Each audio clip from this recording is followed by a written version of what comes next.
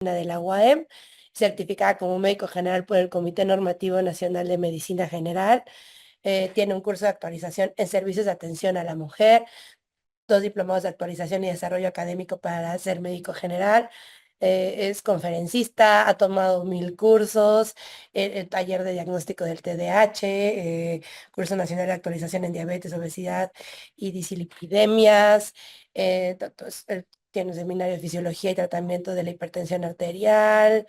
Digo, aquí yo me tomaría la mitad de la sesión si sigo leyendo su CV. Tiene una carrera impresionante y tenemos la fortuna de que forme parte de nuestro comité médico de HC Wellness. Digo, para que vean lo respaldados que estamos. Y bueno, doctora, le dejo al público. Yo aquí me quedo viendo los comentarios y todo y regreso también al final de la sesión. Bienvenida, doctora. Muchísimas gracias. Pues, damas y caballeros, compañeros de HC Wellness, verdaderamente es un honor estar con ustedes en esta noche, saludándolos desde la ciudad de Toluca y enviándoles de verdad un frío, pero muy frío saludo desde acá. Y deseando que esta pequeña charla que vamos a tener con ustedes sea de bien y podamos entender un poquito mejor por qué nuestra empresa está a la vanguardia de poder atender una y mil dificultades de salud. Así es que comenzamos. El tema que vamos a abordar hoy se llama síndrome metabólico. Fíjense, ya el señor Marañón en 1920, él encontró que había una muy estrecha relación entre personas que tenían hiperglucemia, hiperuricemia e hipertensión arterial. Y era muy frecuente que si una persona tenía alta el azúcar, también tenía alta la presión. Riff en 1888 acuñó un término que se llamó síndrome X, que es un conjunto de factores de riesgo cardiovascular. Fíjense, es riesgo cardiovascular, o sea, de corazón, donde además agregó que junto con la hiperinsulinemia,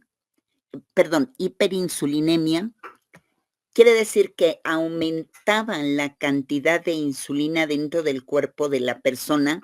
Esto hacía que la hipertensión aumentara, pero también se podía prever que había un aumento de triglicéridos con disminución de uno de las grasas que se llama HDL, que es una grasa de alta densidad. Y posteriormente se agrega que también el LDL y el PAI-1 aumentan y disminuyen la adiponectina. La siguiente diapositiva, por favor. Entonces, en definición, ¿qué es el síndrome metabólico? Es un conjunto de alteraciones que son constituidas por obesidad central. Más adelante vamos a analizar de qué estamos hablando. Disminución de la concentración de colesterol de alta densidad, el HDL, y la elevación de la concentración de triglicéridos y el aumento de la presión arterial. O sea, si nosotros tenemos un incremento del HDL, un incremento de la presión arterial, un incremento de triglicéridos y un aumento de la obesidad a nivel de la cintura, entonces nosotros estamos hablando de un conjunto de alteraciones que se llama síndrome metabólico. Continuamos. Pero fíjense, este síndrome metabólico Aquí lo podemos ver graficado en una pantalla donde nos van mostrando. En la primera de las, digamos, organizaciones internacionales que se llama ATP3, aquí nos dicen que si yo tengo una triglicéridos iguales a o mayores a 150, si yo tengo, como ustedes van a ir viendo, va a ir apareciendo el tachecito, si yo tengo el HDL, o sea, disminuye la concentración del HDL por menos de 40 en varones y 50 en mujeres, si yo tengo que hay una presión arterial mayor a 130 y 85, si yo tengo insulinoresistencia, si yo tengo glucosa en ayuno mayor de 100, aquí, si yo tengo glucosa en 2 horas mayor a 140, si yo tengo una obesidad abdominal o si yo tengo un índice de masa corporal elevado, o sea que tengo sobrepeso u obesidad, y si además en mi orina encuentro proteína, que se llama microalbuminuria, estos me van a dar un factor de riesgo. Fíjense, el ATP3 dice que si yo tengo 3 o más, ya tengo un problema de síndrome metabólico. La Organización Mundial de la Salud, dice que lo deja a más de 2, mientras el ATP3 dice 3 o más, la Organización Mundial de la Salud dice más de 2. Hay otra asociación también, esta es una asociación que se encarga también de riesgo metabólico y cardíaco. Esta dice que lo deja a criterio médico. Pero ¿qué creen? Cuando las cosas quedan a criterio médico, entonces todos se hacen tontos. Y hablo de los médicos, porque no evalúan con los criterios necesarios y cada quien dice que si lo ve niña, pues es niña, y si lo ve niño, pues es niño. Pero no, el síndrome metabólico con 3 o incluso 2 de estos síntomas podemos tenerlo presente.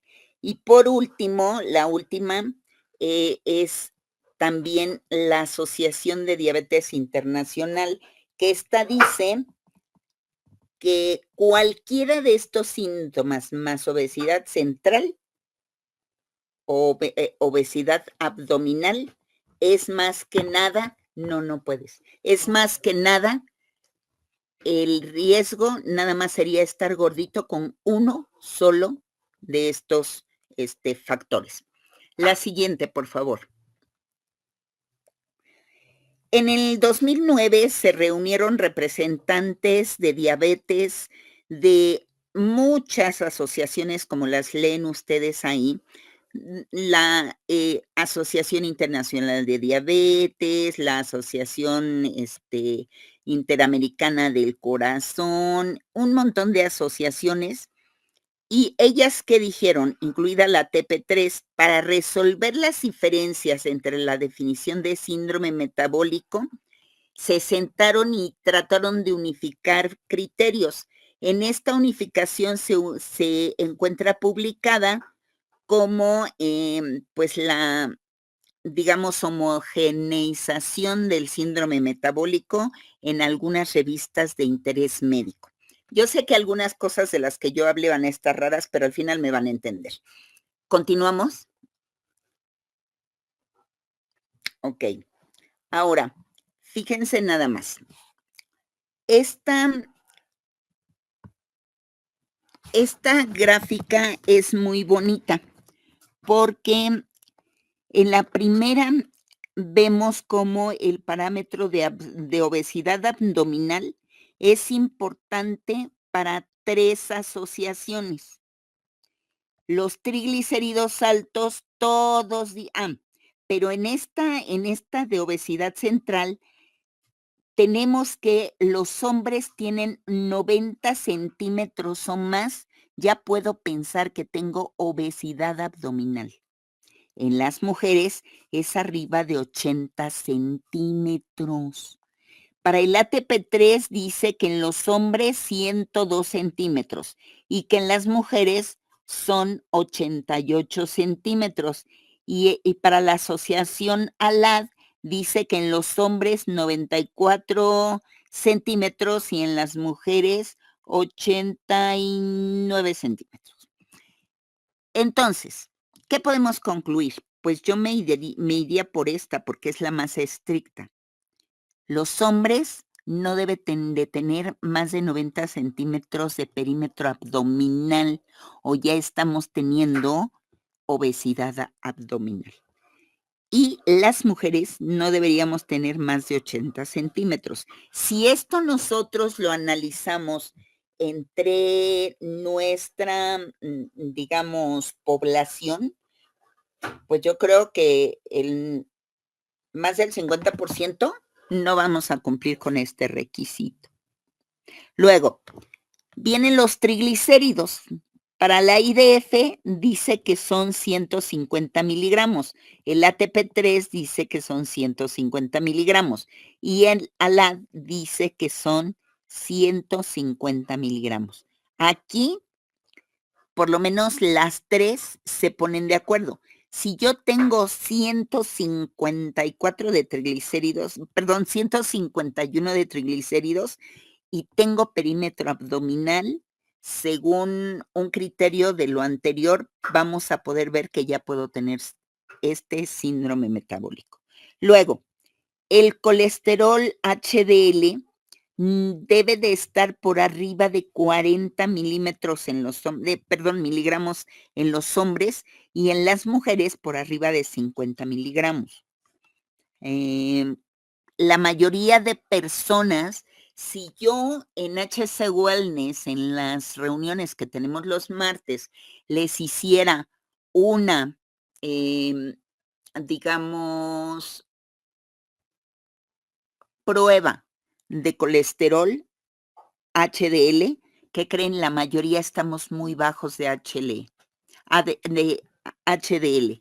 El HDL es una grasa pesada.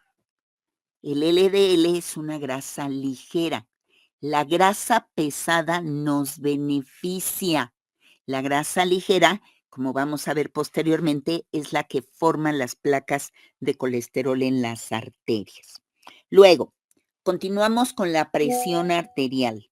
La presión arterial, el IDF dice que la presión arterial pues debería ser de 130 de la sistólica y 85 de la diastólica. O sea, lo máximo que yo debería tener es 130/85. El ATP3 también dice lo mismo y el ALAD también dice lo mismo. Pero les tengo una noticia. Hay un estudio que se corrió por más de 50 años. En ese estudio, se llama Framingham, lo hicieron en Inglaterra. Y en este estudio los oftalmólogos salieron a detener a personas jóvenes, medianas, mayores, ancianas, y las invitaban a pasar a sus consultorios para que se tomaran un fondo de ojo. Ese estudio descubrió que cuando yo tengo 115, 80 de presión, ya tengo daño en el ojo. O sea que eso de tener la presión en 130 Si 115 me provoca daño, ¿qué creen que me pueda provocar 130? Los libros de fisiología dicen que la presión normal es de 120/80. En la mayoría de población puede haber excepciones, pero lo normal es 120/80. Alteraciones en la glucosa. Dice que debo de tener 100 miligramos de glucosa en ayuno y eso lo dice el IDF, pero el ATP3 dice que también debo tener más o menos 100 miligramos de glucosa en ayuno y el ALAD dice también que debo de tener en ayuno pues algo muy parecido, ¿sí? Ahora yo les tengo algo, esto es mío personal, no está escrito en ningún libro, pero les juro que funciona. Y espero que todos tomen esto con mucho, pero mucho, mucho cariño porque se los ofrezco después de trabajar 35 años junto a las personas y de verdad encargarme de que se solucionaran muchos de los problemas de control de esta enfermedad que estamos abordando ahorita, que es diabetes e hipertensión, porque si ya a mí se me eleva la presión o se me eleva el azúcar, pues estoy enferma de esas dos enfermedades. Pero bueno, fíjense, los libros de fisiología, es más, un día voy a llevar ahí a Polanco, voy a llevar mi libro de fisiología para que vean que la glucosa normal en ayuno es de 60/80. ¿Por qué me vuelvo diabética? Porque mi herencia actúa. ¿Y qué dice mi herencia? Matar al páncreas. Y cuando medio páncreas se murió, inició mi enfermedad llamada diabetes. Esto más o menos sucede en un rango de 15 años, a partir de que yo empiece a elevar mi glucosa por arriba de 80. Vamos a hacer un pequeño ejercicio.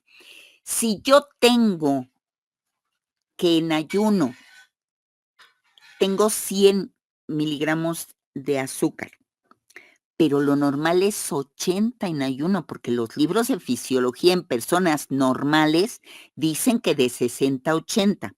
Y cuando yo tengo 126 o más, ya soy diabético, entonces vamos a dividirlo.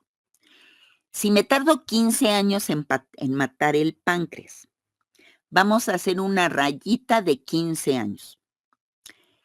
Cuando yo tenga 90 de azúcar, ya maté una cuarta parte de la mitad de mi glucosa, de mi páncreas. Si yo avanzo a 100, ya maté la mitad de mi páncreas. Si yo tengo 110 de glucosa, ya maté 3/4 partes de la mitad de mi páncreas. Y si yo mato la mitad de mi páncreas, pues ya soy diabética y tengo más de 126. ¿Por qué me vuelvo diabética? Porque tengo la herencia. No es porque quiero, es porque puedo.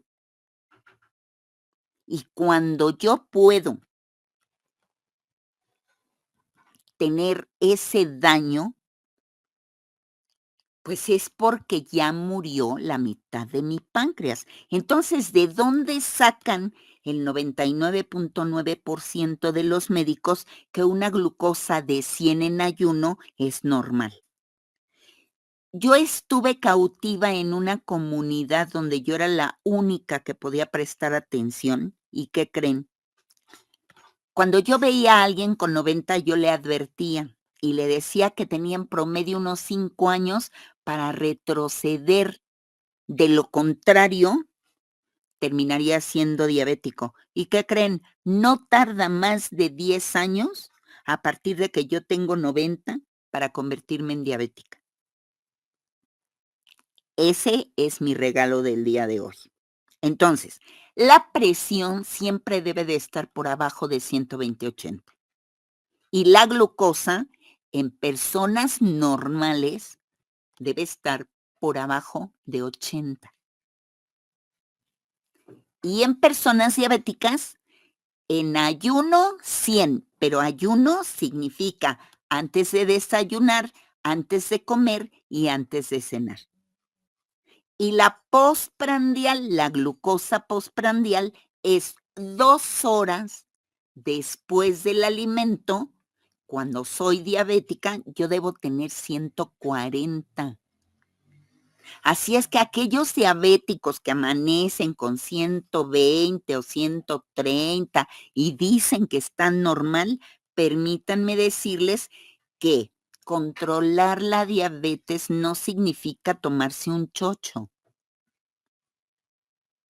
Significa que yo con un glucómetro en la mano le demuestre al médico que me está atendiendo si su tratamiento y mi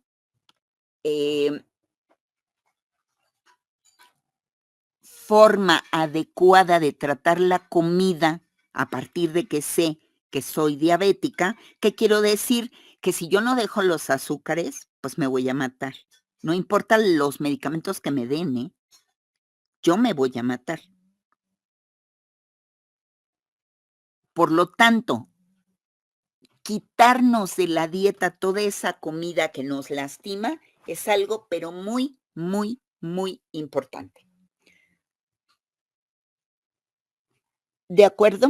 Y por último, el diagnóstico de la obesidad.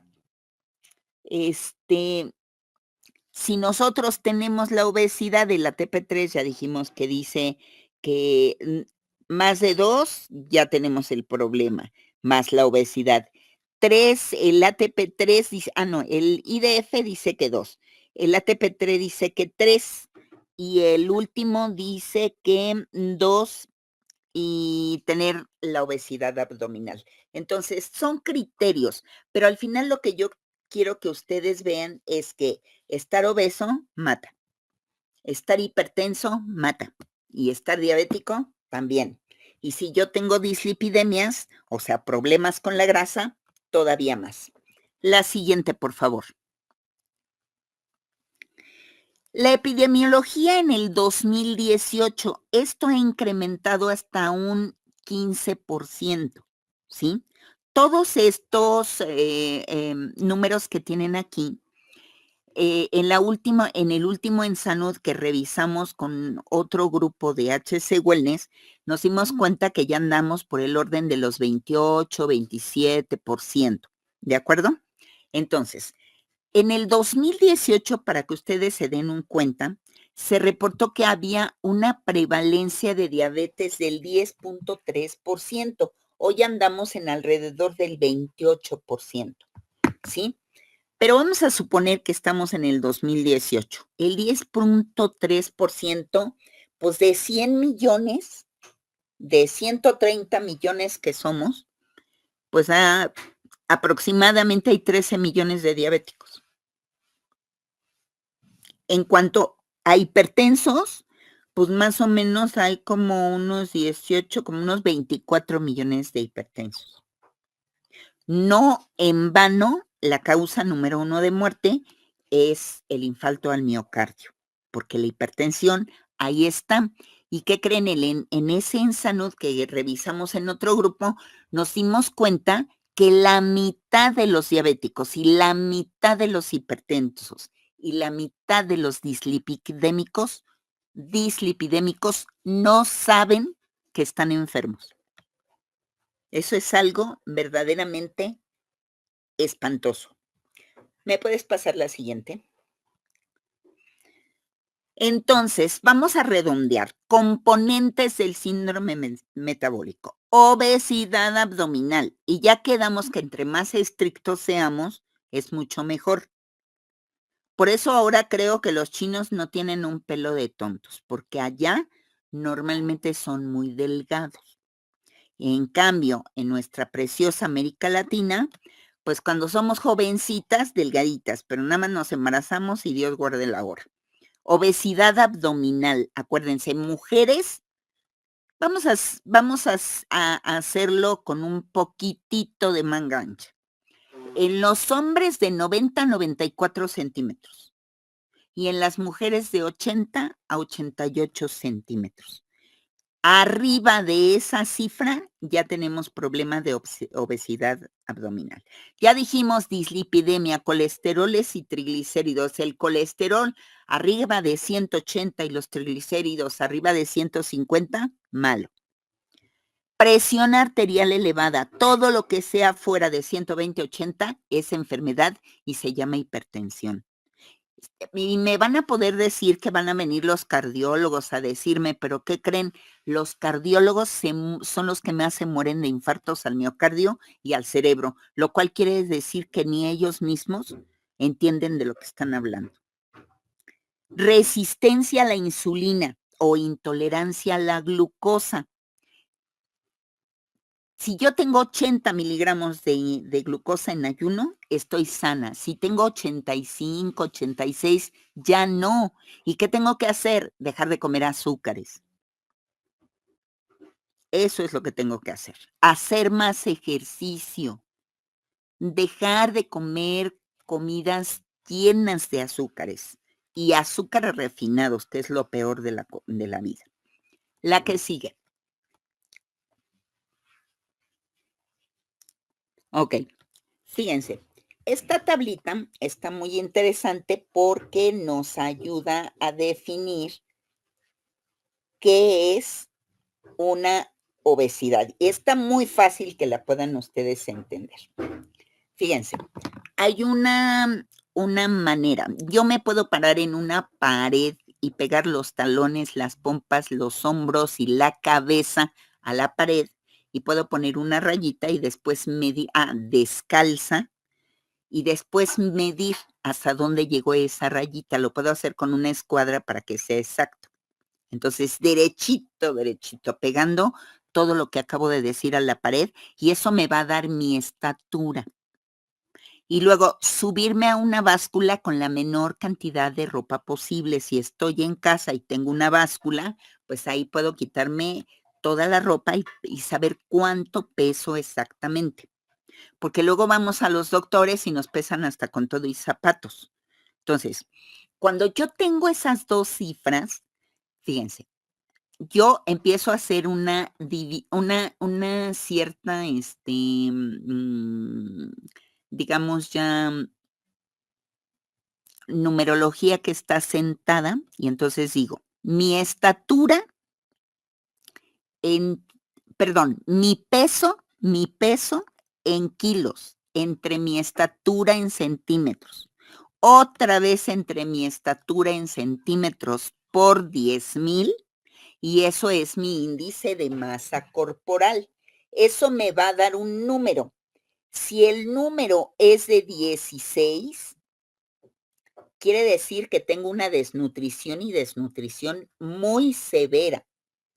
Si el número va de 16 a 16,99, estoy desnutrida, pero no tanto. Si mi número va del 17 al 18,49, entonces tengo una delgadez, digamos, aceptable, pero todavía es desnutrición. ¿Cuál es el peso normal? El peso normal es de 18,5 a 24,9. Cuando yo voy de 25 a 34,9, tengo sobrepeso. Si yo tengo de 30 a 34,99, tengo obesidad grado 1 o tipo 1. Si voy de 35 a 40, tengo obesidad grado 2. Si voy de 40 a 49,99, tengo obesidad tipo 3. Y si yo rebaso un índice de masa corporal arriba de 50, pues ya tengo una obesidad tipo 4. Continuamos. Por cierto, antes de que cambiemos, HCFID en sobrepeso es 1 al día y en obesidad 2 al día. Sobrepeso, 1 al día. ¿Qué es la hipertensión arterial? Pues la hipertensión arterial es el aumento de líquido dentro de nuestras arterias. ¿Por qué? Por nerviosismo, porque tenemos hiperactividad en el hipotálamo, hipófisis adrenal, que es un sistema que hace que las arterias se cierren. Y cuando yo hago chiquita una manguera, pues le cabe menos agua y aumenta la presión arterial. También porque comemos sal como desesperados. Aumenta el intercambio de sodio e hidrógeno. Por aumento en la reabsorción, retenemos agua también porque comemos mucha sal. Retenemos sodio y eso hace que tengamos más agua. El sodio es como los mexicanos de antes. Creo que ahora ya se portan muy bien, pero antes los mexicanos eran muy coquetos. Por cada sodio molécula de sodio se retienen 3 moléculas de agua, ¿sí? Entonces, que si puedo repetir la fórmula para el índice de masa corporal. Ok. Peso en kilogramos. O sea, si yo peso 70 kilos, ahí voy a poner 70 entre mi estatura en centímetros. Si yo mido unos 70, pues entonces 70 entre 70, otra vez entre 70, o sea, es peso entre estatura por 10,000. ¿De acuerdo? Si alguien puede hacerlo, ahí me dicen cuál fue el resultado. Si yo peso 70 kilos y mido 170 centímetros, me divido 70 entre 170, otra vez entre 170 y lo multiplico por 10,000. Y ese es el número que me da el índice de masa corporal. Ahora sí, seguimos. Hipertrofia del músculo liso vascular, que es efecto de la insulina. Cuando yo tengo mi músculo duro, pero es el músculo de la arteria, entonces yo empiezo a tener elevación de la presión arterial y disfunción endotelial. Ahorita vamos a entender al rato qué es una disfunción endotelial. Continuamos. ¿Qué es la resistencia a la insulina?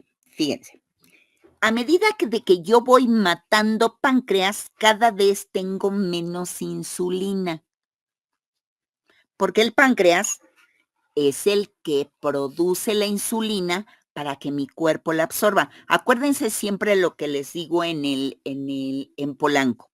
Si un individuo de 1,70 con 70 kilos tiene 100 billones de células y cada célula tiene 2,750 mitocondrias y cada mitocondria quema una molécula de glucosa para convertirla en 4 ATPs, pues ¿cuánta glucosa quemo en un día? Ese número de moléculas es el que yo necesito de insulina, porque cada insulina acompaña a cada molécula de glucosa para poderla introducir de la sangre a la célula. Si yo tengo la glucosa en la sangre, me mata. ¿Dónde necesito la glucosa? Adentro de la célula, en las mitocondrias para que produzca energía. ¿Y la energía para qué me sirve? Pues me sirve para moverme, para pensar, para hablar, pero también para reconstruirme todos los días. Cuando yo tengo resistencia a la insulina es porque como ya tengo menos páncreas, imagínense que ya se murió 1/8 parte del páncreas completo. ¿Cuántos millones de insulinas dejaron de producirse? Como esa insulina es importantísima. Ahora la insulina que se va a cumplir las funciones a todas las células va inmadura. No solo mandan a la insulina que está terminada, sino mandan a la insulina anciana, a la insulina adolescente, a la insulina niño y a la insulina bebé, que esas 4 insulinas que acabo de nombrar, pues no sirven porque todavía no están listas para hacer el trabajo de una insulina adulta y madura, ¿sí? ¿Cómo sabemos cuando tenemos resistencia a la insulina? Pues los médicos ponen ahí un bolo de glucosa y luego ponen insulina para saber si es cierto que mi cuerpo todavía puede bajar la cantidad de glucosa que yo inyecté con las unidades de insulina. Si no puede, significa que ya tengo resistencia a la insulina. Este tipo de asuntos pues se hacen en ayunas y en México el valor medio para la unidad es de 22.5 miliunidades por mililitro. Pero este tipo de estudios casi nadie los hace. Continuamos. Ahora, esto de la fisiología, pues nada más debemos de entender que bueno, no se ve casi nada, pero voy a tratar de que lo entiendan un poquitito. Fíjense, de este lado, cuando yo tengo la insulina normal, con su acción normal, la producción de la glucosa en el hígado es normal, la utilización de la glucosa aumenta la destrucción de la glucosa en el hígado, disminuye la destrucción de grasa, aumenta las reservas de glicerol, o sea, de grasitas buenas, aumenta la lipogénesis, que son un montón de funciones que nuestro cuerpo tiene que llevar a cabo para depositar grasa de manera adecuada y gastarla en forma de glucosa. Cuando yo tengo un problema de resistencia a la insulina, todo lo que está aquí se revierte. Ahora ya tengo hiperglicemia, tengo hiperinsulinemia, tengo aumento de grasas, tengo aumento de glicerol, tengo aumento de triglicéridos, tengo hipertrigliceridemia, tengo el HDL bajo, tengo el LDL alto, tengo todo lo que se necesita para ir a las enfermedades. Continuamos. Ok. Luego, aquí lo que yo quiero que ustedes vean es que ¿cuál es la acción de la insulina o su actividad biológica? La insulina provoca vasodilatación porque aumenta el óxido nítrico. Cuando yo no tengo insulina, todo esto se revierte. Tengo la posibilidad de inhibir la agregación plaquetaria. Tiene una acción cardioprotectora. Tiene una acción antiapoptósica. Cuando las células están en un medio dañino, las células solitas se matan. Tiene un efecto antioxidante, la insulina. Así es que para todos aquellos que dicen que cuando inyectamos los médicos insulina a los pacientes los terminamos de matar, se equivocan. La insulina es antioxidante, antiinflamatoria, antitrombótica, tiene forma fibrina de manera adecuada y es antiesclerótica o antiformadora de ateroscleromas. Todo esto es muy importante en el funcionamiento de la insulina. Continuamos. Ahora, fíjense, cuando los niveles de insulina se pierden, entonces se pierde la cardioprotección, se favorece la muerte celular, se favorece la creación de aterosclerosis, se quita la acción antifibrinolítica, la protrombótica, o sea, se generan una serie de daños que no solo dañan a las arterias, dañan el cuerpo completo. La que sigue. Todas estas sustancias bioquímicas son generadas ¿por quién creen? Por la obesidad. Y todos estos son factores que van a provocar inflamación, que van a provocar muerte celular, que van a provocar endurecimiento de las arterias, que van a procurar que se hagan trombos, que la insulina no tenga resistencia a la insulina. Todo creado ¿por quién? Por nuestra gran obesidad. El que sigue. Fíjense, la fisiopatología cuando mi célula no está recibiendo la cantidad adecuada de insulina, mi hígado, para guardar el colesterol, en vez de guardar colesterol bueno, no señor, lo destruye para fabricar malo. ¿Ya se fijaron? Como aquí viene mi flechita y lastima. ¿Y qué creen? Produce daño a los riñones. La que sigue. Luego, aquí tenemos otro fenómeno interesante. ¿Se acuerdan que les dije que el colesterol había de alta densidad y de baja densidad? El de baja densidad, que es el LDL, como aquí viene, esta es una arteria.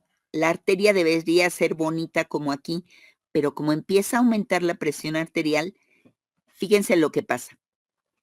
El colesterol malo se impacta adentro de la pared de la arteria, adentro, y genera un sangrado y un acumulamiento de más colesterol.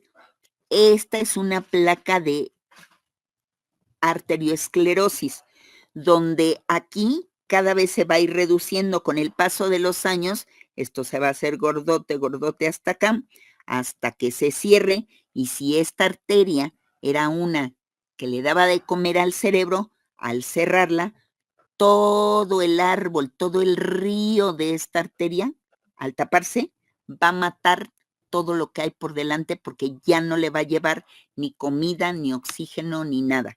¿Y esto por qué se ocasiona? Por la obesidad. Adelante. Y pues fíjense, aquí, ¿qué les puedo decir? El síndrome metabólico, ya para cerrar un poquito esta charla, el síndrome metabólico eleva los triglicéridos, produce inflamación, disminuye el colesterol bueno, produce estrés oxidativo. Ojo, estrés oxidativo. Formula formación de coágulos, tenemos grasa en el abdomen, aumenta la glucosa en sangre, aumenta la hipertensión, aumenta la resistencia a la insulina, y todas estas asociaciones, todas, están de acuerdo en que el síndrome metabólico produce problemas mentales, convulsiones específicas de cerebro producidas por el síndrome metabólico, provoca cáncer, provoca enfermedades cardiovasculares, diabetes, infartos cerebrales y problemas de distintas gravedades a lo largo de todas las personas, y este síndrome no respeta a nadie, no respeta a los niños, no respeta a los adolescentes, no respeta a los ancianos, a los jóvenes, no respeta a los ricos y no respeta a los pobres. Todo esto, damas y caballeros, sucede porque no sabemos cerrar la boca.